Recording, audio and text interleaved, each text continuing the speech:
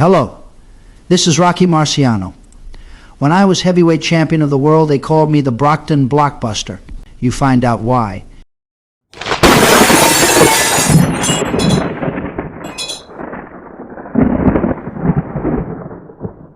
Welcome to the Rocky Marciano Archives, a channel dedicated to the life and career of the immortal champion. Following is the Archives' own John Cameron narrating Part 2 of a 4-part serialization from Boxing and Wrestling magazine published in 1964 entitled I Remember Rocky by Marty Weill, as told to journalist Ernie Salvatore. This from the July edition and erroneously attributed to Marty's stepfather Al. We hope you get something out of it. By May of 1949, Rock had fought 16 times. 15 of them for us. This was his personal box score. 16 victories, all by knockouts. Total rounds fought, 30. In most of these fights he hardly worked up a good sweat. Quite often neither Charlie nor I was able to judge what Marciano could really do. His fights ended too quickly.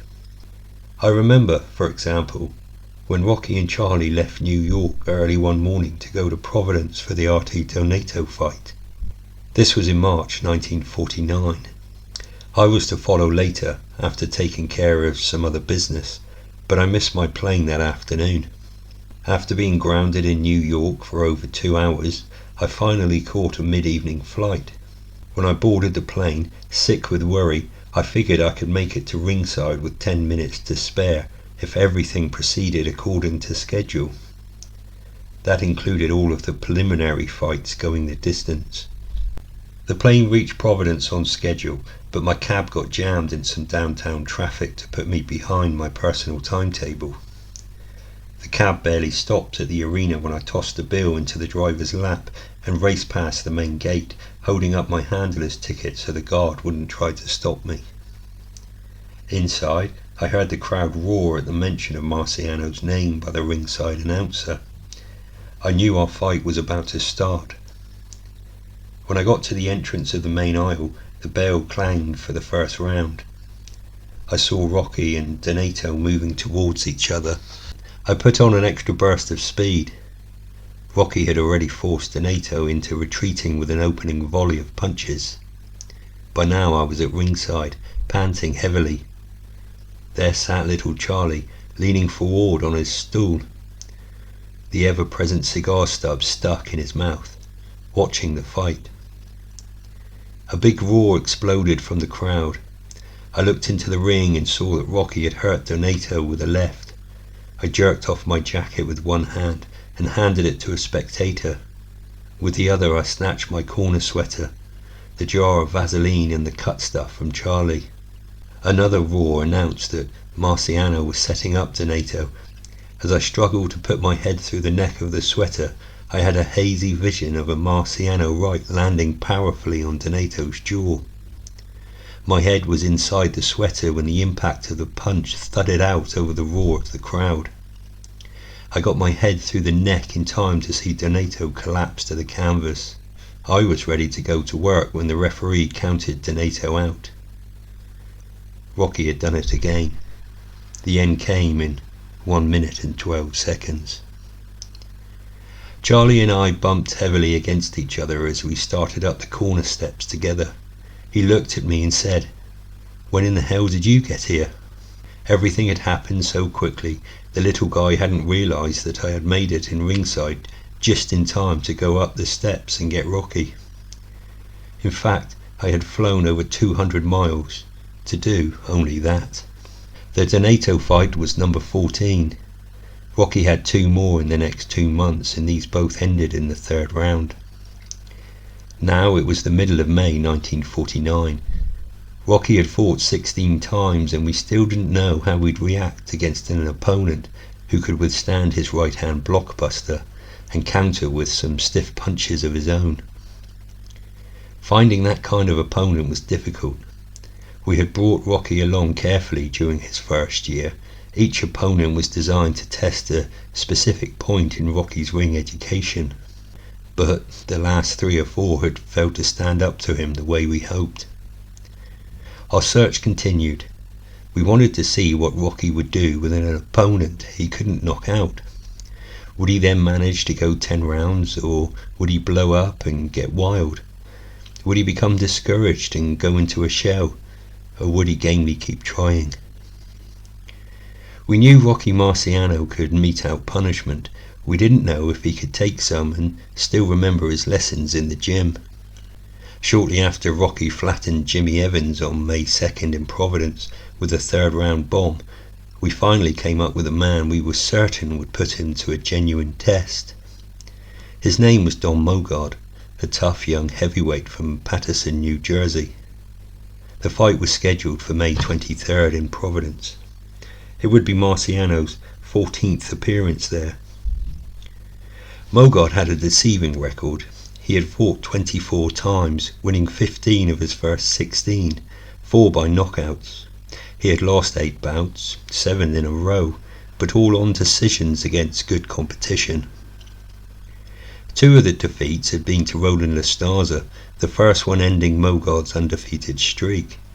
He had lost another to Carmine Vingo, who, in December of this same year, would provide our boy with some tragically anxious moments, nearly causing Rocky to think about quitting.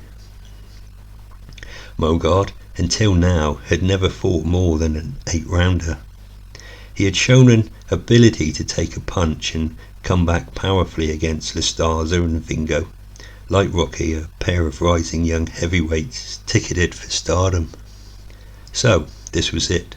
Experience for experience, ruggedness for ruggedness. Would Rocky pass this test as he had the others? We had to know now. Remember, Rocky was approaching 26. Time was running out for him. He couldn't spend too many more years working his way slowly to the top. The Mogard fight, then, was really the biggest and most important of Rocky Marciano's career, even though it never made the headlines in New York's newspapers. No gang of New York writers was at press row the night of the fight, yet all the chips were in the pot for this one. All the months of hard work with this rough, unpolished Italian lad were at stake. You'll hear others claim Marciano's victory over Lastaza the next year on points, and his knockouts over Rex Lane and Joe Lois the year after that were the main milestones in his career. Don't believe it. Al, Charlie and I knew all the answers about Marciano when those fights were staged. Answers that enabled us to chart his course to the top more boldly.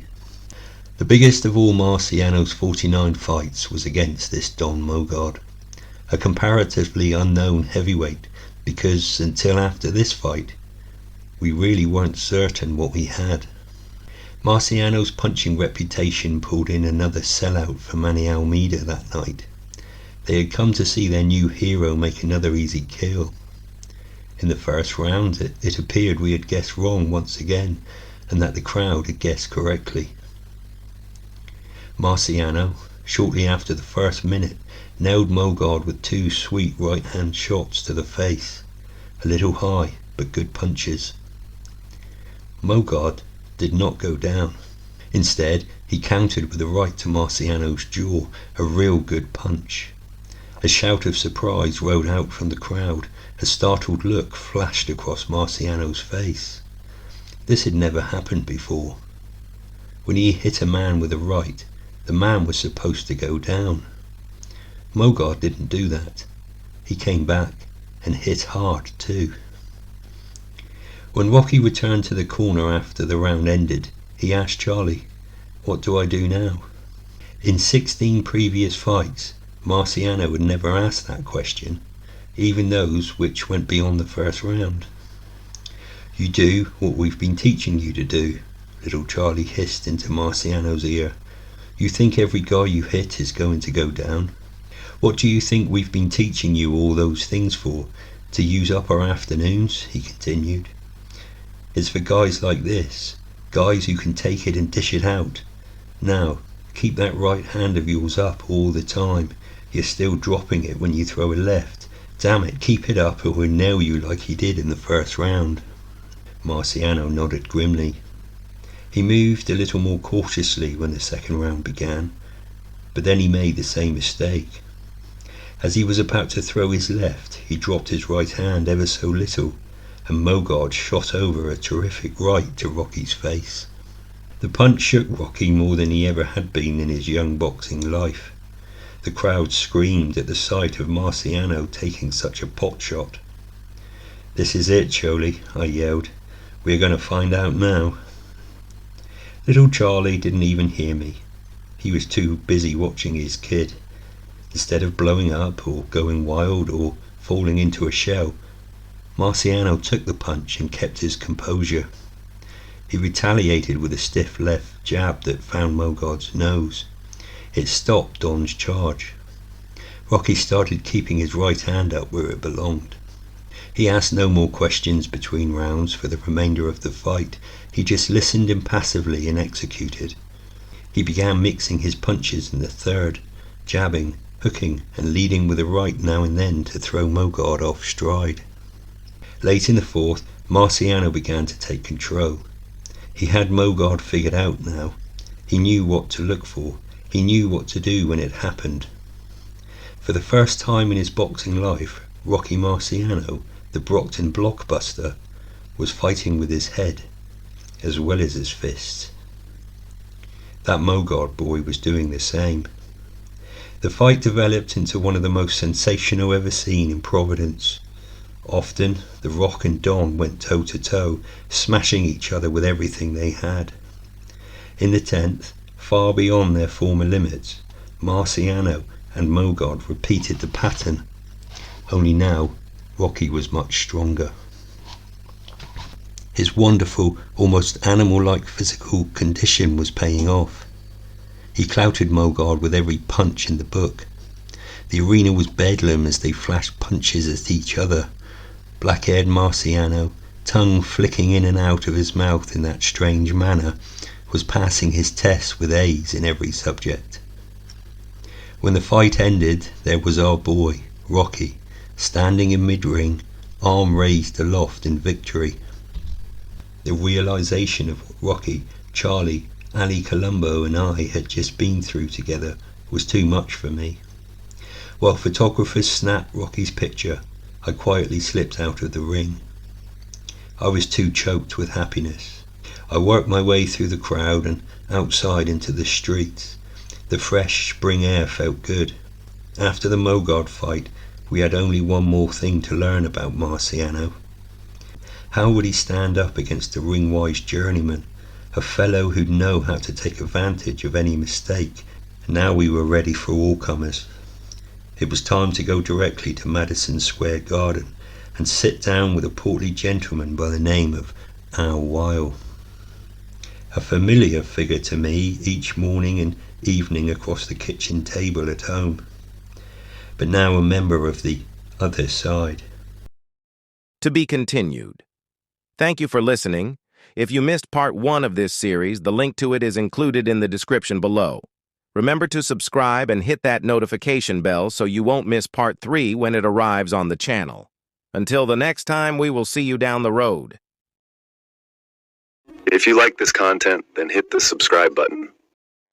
To really support this channel, consider joining for just over $1 a month and unlock ad-free members-only content. Every member will play a key part in revealing the real Rocky. I just enjoyed combat. I just enjoyed the sport that I had learned so well, and I had practiced so much that when the bell rang, I did a job. I could concentrate on the opponent. It was a great, great career for me. I'm proud and very happy to talk about it. Sometimes I wonder why I was such an aggressive man in the ring.